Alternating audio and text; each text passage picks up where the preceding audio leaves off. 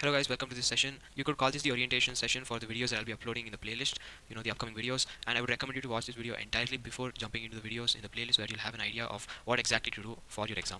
So like I've written out here, it's going to be for KCET 2023, all the formula and concepts, and let's say an aspirant for 2024 is watching this. I think it would be more or less applicable to you too, because the concepts wouldn't be different. It's only that there might be new type of problems which I wouldn't have included, but I think even you could watch it. Anyways, this is only going to be for quick revision of all the topics and chapters. If you are a person who likes to do derivations and all of it, then this is mostly not for you because it's going to be a quick revision of all the topics. The second point is you should have read NCRT at least once beforehand, and let's say you do not have the time. I don't think it's something you have to be worried about because we still know that you can do the concepts from the book just to get a better understanding and a picture of all the topics. Otherwise, I think it's okay. You can proceed with watching the lectures. It depends on how well you're able to grasp. If you are not able to, then you might have to read the NCRT for the topic. And then the third point would be that the topics I'll be covering will be from both class 11 and class 12. Even though it wouldn't be in the NCRT order, I will make sure that I eventually complete all of them. So yeah, it will be covered in the least time possible with all the possible concepts for KCT.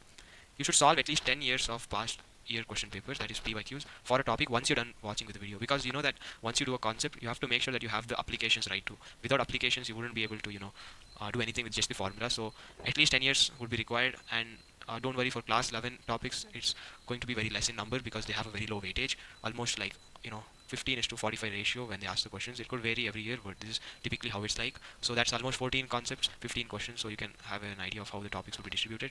So when it comes to, yeah, you can even solve additional problems from a good reference book like maybe MTG, or you could say Arihant, and you could solve from such books and then go for NCRT exemplar 2. It will be more beneficial for you. And finally, for the PDF of the sessions, you can contact me through Instagram. I've written my ID here.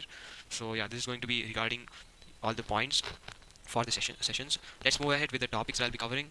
So basically for class 11 it will be physical world.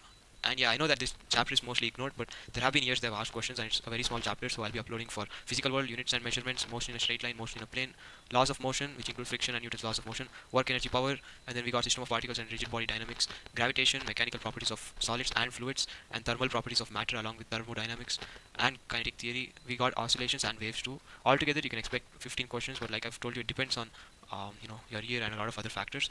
And going on to class 12 topics, we'll be doing the ever popular 14 chapters, which have a really huge weightage, approximately 45 questions altogether in your CET exam. Again, could vary.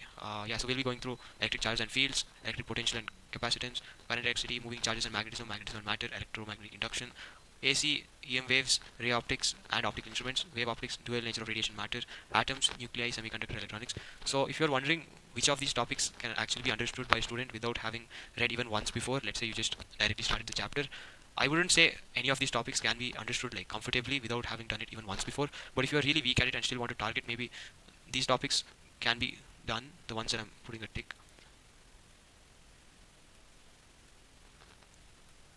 The reason why I've not included semiconductor electronics and ray optics is because it tends to frighten the students when they look at the concept for the first time or after a long time.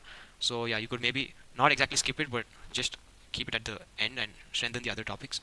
So I think with this I have kind of completed the orientation session for the upcoming lectures. So I would really appreciate if you can share it with your classmates and juniors. It will be beneficial for all of you, and yeah, that's the main goal behind all of these videos. I'll start uploading as soon as possible. It might take some time, but all the topics will be done by the time your exams start, which is maybe in another couple of months from now, depending on when I'm uploading this video. So yeah, all the best and stay tuned. Thank you.